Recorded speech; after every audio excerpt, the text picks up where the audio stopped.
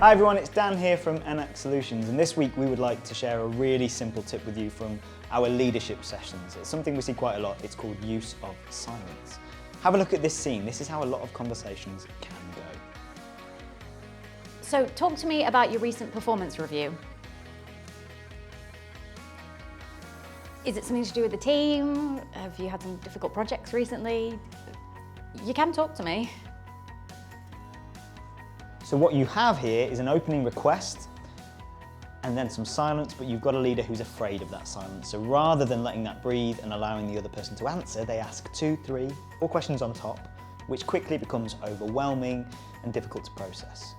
All we're asking you to do is use that silence. Don't be afraid of it and give that other person space and room to process. If you do that, the scene should look something like this. So talk to me about your recent performance review.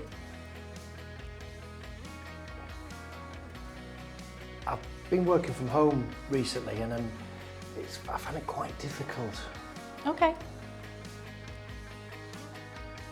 So straight away, you have an answer now which wasn't in your original line of questioning, but more importantly, you've got a platform for discussion. Use your silence, don't be afraid of it. That's your simple tip this week to help you put learning into action in your organisation.